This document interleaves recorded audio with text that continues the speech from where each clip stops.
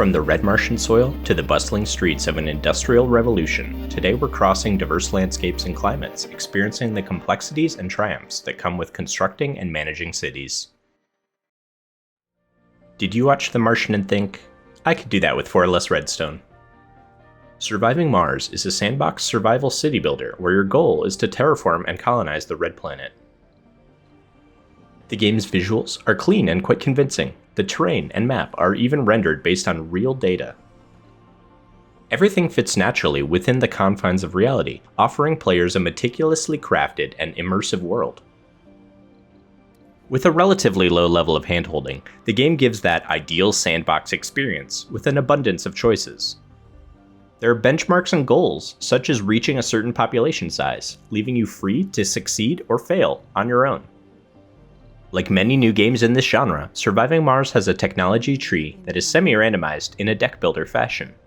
There are also several mission sponsors that have different pros and cons, allowing the player to adjust the difficulty level. These options increase replayability and make the act of starting a new colony fresh and inviting. At its core, the gameplay is all about managing different complex supply chains. Running a colony on Mars requires many different resources, and managing them well is the key to a healthy colony. Frostpunk takes the best of survival, city building, interactive stories, and 4X gameplay elements, and meshes it all together into one of the best city builders today. The game takes place in the late 1800s in a world where climate change has destroyed society as you know it.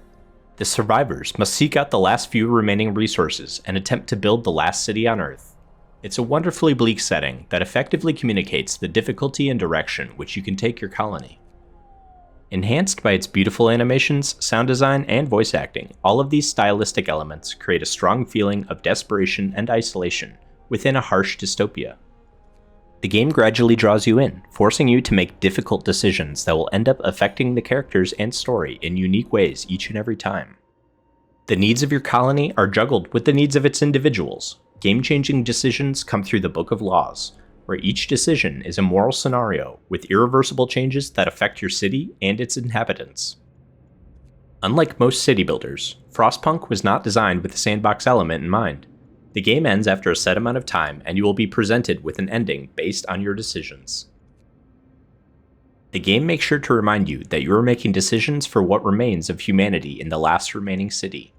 All of these choices, combined with a management simulation and city building, makes the gameplay of Frostpunk one of the best city builders today.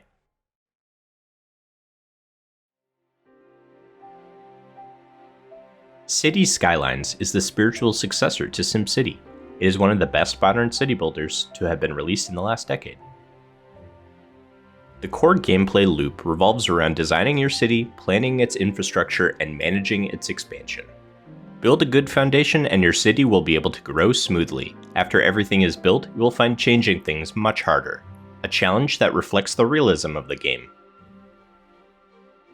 The game has been receiving regular updates and DLC since its release in 2015, ongoing development only stopping in preparation of its sequel. With a thriving community that has released countless guides to help through all the complexities of running a city, the base game remains a comprehensive and satisfying experience.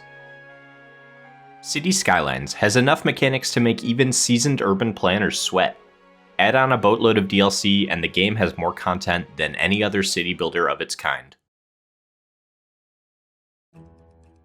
Anno 1800 is the latest addition in a long-running series, first released in 1998.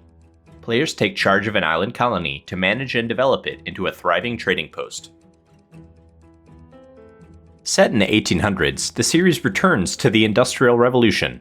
With many scenarios as well as an impressive sandbox, Anno 1800 will have you struggling with issues that many real nations faced back then. The game is all about juggling production lines, trade routes, and town layouts. Anything your colony is not producing at the moment can be traded for with neighboring AI colonies.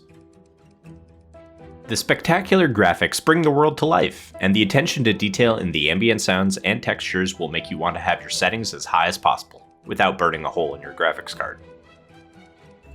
There are 2 main modes of gameplay, the single-player campaign mode as well as the single-player or multiplayer sandbox mode. The campaign has an interesting expeditions mechanic, which plays almost like a separate text-based narrative game. There are also story quests and special events that make for compelling interactions with AI players. Sandbox mode plays like the campaign, without story quests or special events. Multiplayer gives you an opportunity to play with friends who you can choose to compete against or cooperate with for total domination. Anno 1800 brings the series back to its roots while allowing you to put your skills to the test during the industrial era. Set in a pre-industrial world, Banished is a sandbox city builder where you take charge of a group of banished people and have to start a new settlement. You juggle the needs of the settlement and try to expand as big as possible. Built with a minimalist and customizable interface, the UI makes its underlying systems easy to learn. However, the difficulty of the game lies not from time limits nor invasions, but instead from balancing the natural needs of your settlement. Expand too quickly and you might just run out of food to feed your people, making the gameplay challenges feel more naturally occurring rather than artificially imposed. This means many of your games can vary between extremely difficult and too simple, based on your understanding of the game as well as your starting location.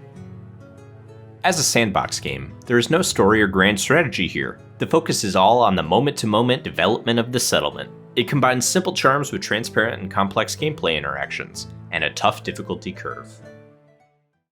Did we miss your favorite game? Or maybe you've created the perfect city? Let me know in the comments.